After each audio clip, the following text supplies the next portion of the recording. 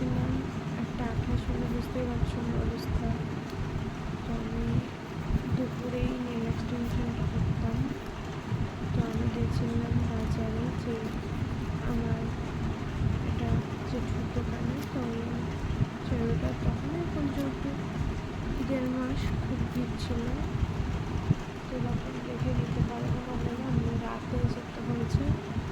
রাতে আমি এক ব্যাগ জিনিস নিয়ে এসেছি। তো ঠিক আছে, এতক্ষণ এটা চললো।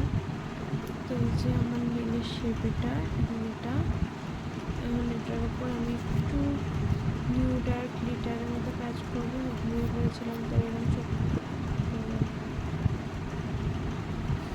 যাই হোক, রাত থেকেই শুরু করলাম। তো মায়ের নেলটা করে, নেল বলছি সরি, মায়ের মানে মেহেন্দিটা করে দিচ্ছিলাম।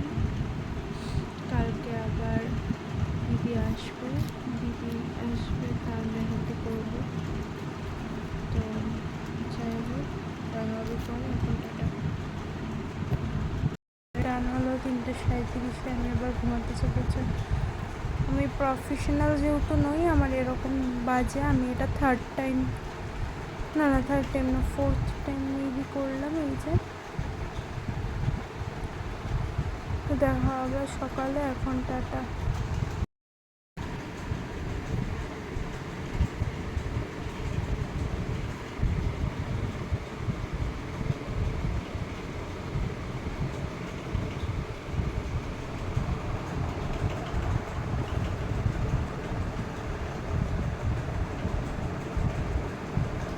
তো হাই গাইস, সকালে এই যে পটল আর আলুর ঝোল দিয়ে রুটি খাচ্ছিলাম। তো দেখো, দেখা হবে পরে। আমি খেয়ে নিই এখনের মতো, টাটা।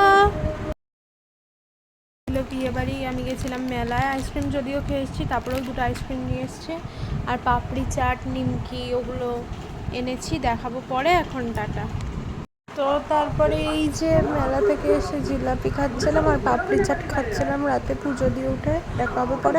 তো হাই গাইস, তারপরে রাতে দই চাল পটলের ঝোল আর একটা রুটি খেয়ে নিচ্ছিলাম। তো দেখো, দেখাবো পরে। আজকের মতো টাটা।